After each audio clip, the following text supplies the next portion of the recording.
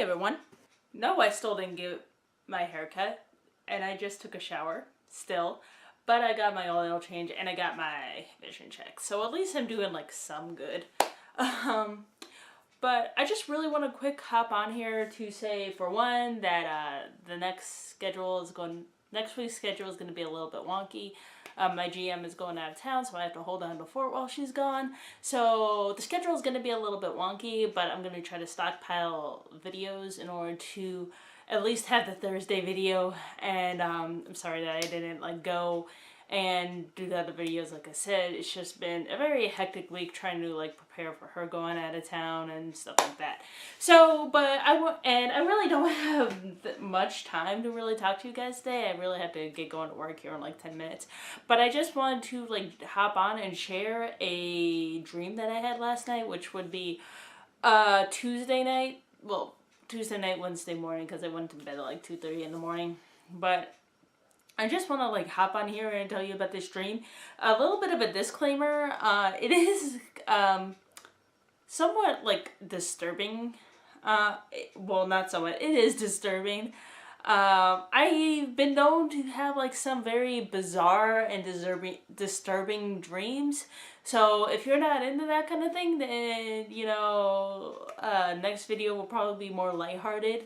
But just know that I am an author, so I have a little bit of an overactive imagination. So some of the stuff that I will tell you about that takes place in the dream will not I really don't know about my psychic well-being in these type of things, but maybe you do. Maybe you're well-versed in dream stuff, so maybe you can help me determine what these kind of dreams are. Okay, so I'm gonna say what I can remember of the dream. I can't remember I can remember quite a bit, but I don't remember a whole lot of the exposition really. For some reason I was staying still in the area that I'm staying at, but I was staying in a completely different house with a completely different family.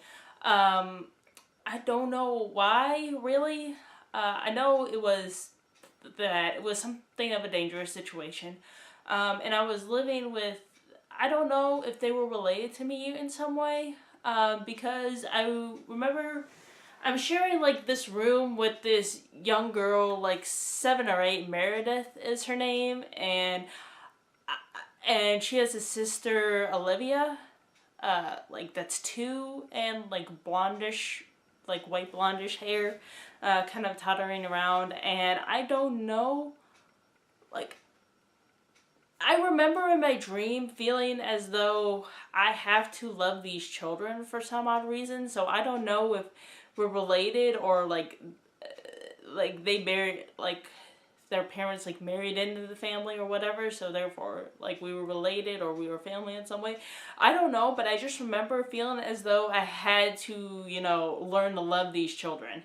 I didn't know them from birth, so I needed to learn how to love them. You know what I'm saying? Some people who are in blended families may be able to sympathize or empathize, I guess, with that.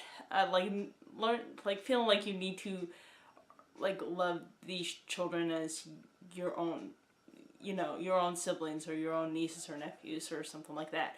So for some reason I was in there, and the room that we were staying in, it was set up like the room that I'm in, but it was just longer, about 3 times the size, but still the same setup.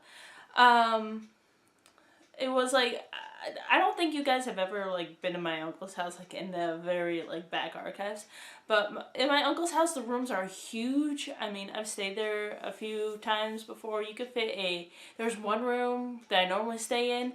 There's a queen size bed, a king size bed, a air hockey table, a recliner, 2 TV, those dressers that have the TV set inside of it, and then there's a twin bed too in a little area, and you still have room to move around and play and stuff. So it was one of those size rooms. So I had my my futon, which is what I'm sitting on when I do the videos. I had my futon there, and it was like up against this wall right here. And like it was facing, like everything was facing this way. So like the way my room is set up, of course, like right now, there's a window right over here, window right over here. There's a closet right here, and then the door over here. And so, and my TV is over here, and then like TV dresser and stuff is all over here, and then the futon is right here, obviously. So it was like the room, like the architecture of the room was still the same. It was just longer, but like everything that I had was like flipped. So my futon, instead of being up against this wall right here, was up against this wall. And there was a full-size bed that was right here against this wall, as well as a TV that was up against this wall, like right here, and a little bit bigger than mine.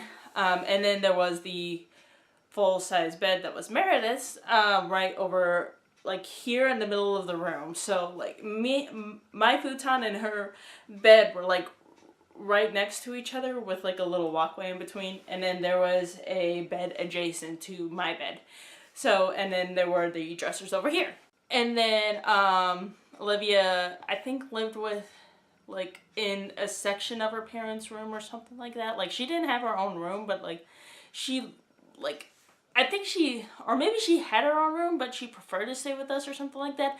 I don't know. I just remember us going to sleep, and we put on Schoolhouse Rock for some reason. Meredith fell asleep like 2 songs in. I stayed up the entire night because something was just uneasy with me.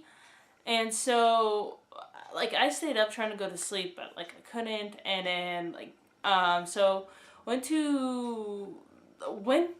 I was still the same age I am now, and still like in the same time period, because I had a restraining order against my dad, because that was like a key factor in all of this. And so I was at the school like right over here, which is where I went to elementary school in, but I wasn't in elementary schools, but I was there for some reason. And then there were ambulances and stuff like that, and I remember them bringing out like these, like a handful of little chicks that were dead, and then like they weren't nobody was bloodied or anything really. It's just that they were dead. Like they were clearly dead. Like somebody had poisoned them or something. And then I remember, and I'm like, okay, that's weird. You know, there's like all these little chicks that are dead. You know, they're just bringing them out in the box.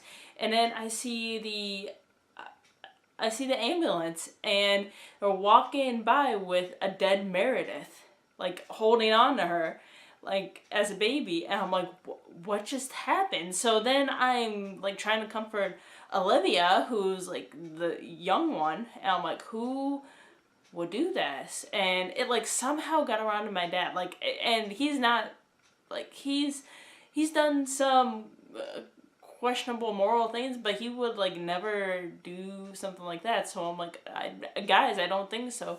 But like all my friends that like have known him were like, yeah, this is, you know, the next step. So there was like a meeting, like a KKK meeting or something like that, where like they were all in uniform, and they were like gathered around this table in somebody's backyard that like I was like blindfolded, like they took me to, because you know I'm the daughter of this guy, and so they took me to it, and you know, thinking that I can give some information about his whereabouts or something. And I'm like telling him I haven't talked to him in years, you know, I don't know anything about this, but I know that he's not that kind of a person, you know. He wouldn't like go off and kill animals, for one, and then to like kill a child that he doesn't even know. And that's where I'm like, and that's like, he did know her, but I don't like know exactly how he knew her.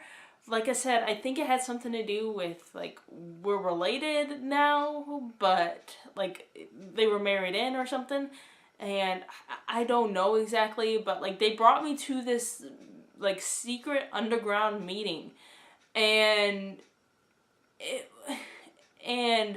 like they were all in uniforms. They had this card table in the backyard, like they were all, they like all, like, they gave me this plate of something and a drink. I didn't drink any of it, you know, but like it was just, and then they like had all this evidence about him. Like they had the biopsy of Meredith and like the chicks, the little baby chicks, like they had them in the box there, and they had like pictures of a dead Meredith, and it was just very bizarre. And I'm like, I'm out, and they wouldn't let me like leave the meeting, and that's when I woke up. Because they're like, no, like you're the missing piece, you know, you can fit all this together. We have narrowed it down to your father, and you're the missing piece. You need to tell us where he is. And then that's when I woke up. And it was just a weird, bizarre dream. Like I wasn't, like fear was not really the response that I have to these type of situations. It's just, well, like in these, I'm sure in these type of situations, well, I've been in particularly stressful situations. I tend to like shut down, kind of. Like I am the calm one in the situation, and so like these could like be considered as nightmares for some people, and I've had these type of dreams before. Like this is a mild one actually compared to all the others, but like there was no blood in this one. Like there was no like Meredith was clearly like poisoned or something, that or something where like she wasn't stabbed or anything, but she was just murdered in some way. And like I haven't been watching like any murder like shows in years. I haven't watched any murder shows in years. I haven't watched, like I've been watching Good Mythical Morning and Team Edge like for the past 2 weeks. So I don't know what exactly like triggered this or whatever. But yeah, like it was just a weird, bizarre dream that I thought I would share with you guys, and you know, see what you think. You know, am I crazy? Maybe, but and like nobody that I actually like know in real life would behave that way either.